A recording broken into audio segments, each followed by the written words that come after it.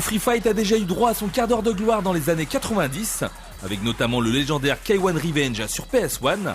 Le genre est devenu beaucoup moins populaire par la suite. Il aura en effet fallu attendre la sortie du premier UFC Undisputed en 2009 pour que l'engouement soit de retour sur console.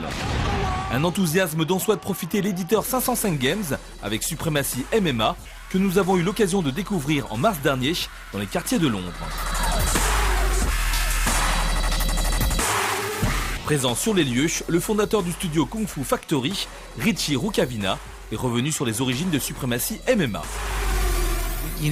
The team has been involved in a lot of fighting games before, even MMA games, and felt that the world definitely didn't need another simulation game, but that there hadn't really been a kind of fast, fun, arcade-style MMA game, which we thought was actually a better way to go than a pure simulation, and anyone so far that we've seen played it seems to agree with us.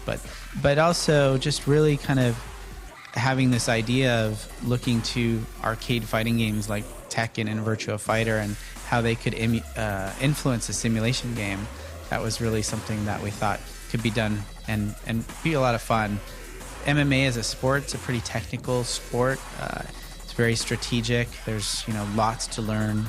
We wanted people to experience that, but be able to do it very quickly and pick up the gameplay and have a great time within a couple of minutes versus going through a tutorial and having to know everything about MMA. We want to teach them. We don't want them to feel intimidated by the game. So a lot of those sort of questions we wanted to answer with our own game.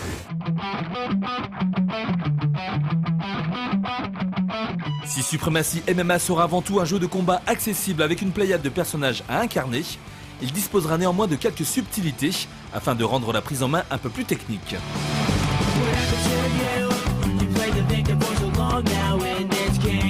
The most important probably is that each fighter has their own style, and we have different styles in the game, and style versus style really feels different. So if you're a kickboxer going against, say, a submission wrestler, really changes the strategy. We really like certain fighters. They have these great stories, and they're really great personalities, and people like Jens and Jerome in particular, not only are they sort of legendary figures outright, but we wanted to focus the game more on them versus, the name of an organization. And working with them has allowed us to explore their stories. Jerome's in the game, in a storyline where he plays himself, so we get to hear him, and we've, worked with him to, make sure his model likeness is just right, very accurate. And his style and his moves are all reflected, so I think he loves what we're doing.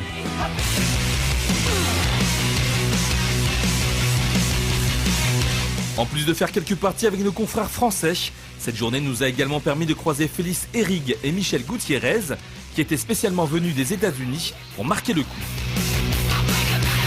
Et visiblement, elles sont chacune satisfaites de leur personnage dans le jeu. It's crazy when I watch the video game because I'm like, I watch moves that I do in the video game and I'm like, I want to do that in the cage in my real fight. But it's just kind of crazy because it feels, I think I almost feel kind of like my parents probably feel when they watch me fight. I'm like, ooh, I kind of cringe a little bit. But it's awesome to see how, my facial expressions are really like, my real facial expressions, and a lot of the little quirky things that I do like before a fight, or, some of my mannerisms. It's nice to kind of watch it on camera. It's just kind of all so surreal. It's just one of those things where I'm like, wow, that's really me in a video game. So it's pretty fun. I broke my leg yesterday in the fight. It broke in half, and I was like, wow. So things like that are kind of weird, but it's just an honor that I'm in the game. I feel honored. I'm so appreciative that they let us be in it. The graphics are amazing on this video game. It's the only video game that really, I think, is really a lot more true to life. The injuries, and as far as like the blood, or if you kick somebody over and over and over again in the leg, you can see that it starts to get bruised and it starts to swell up. Character gets more and more tired, and I don't know, I just like all the details that 505 has like really, they've put a lot of attention into the details of the video game, which I really like. Impitoyables sur le ring, Félicia et Michel ont tenu à préciser qu'elles s'y connaissent également en jeux vidéo.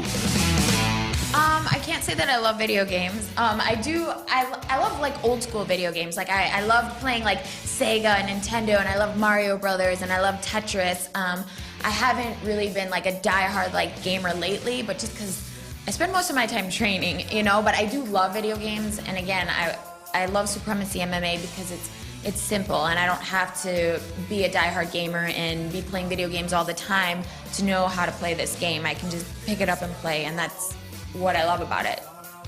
As well, for me, I haven't really been much of a gamer.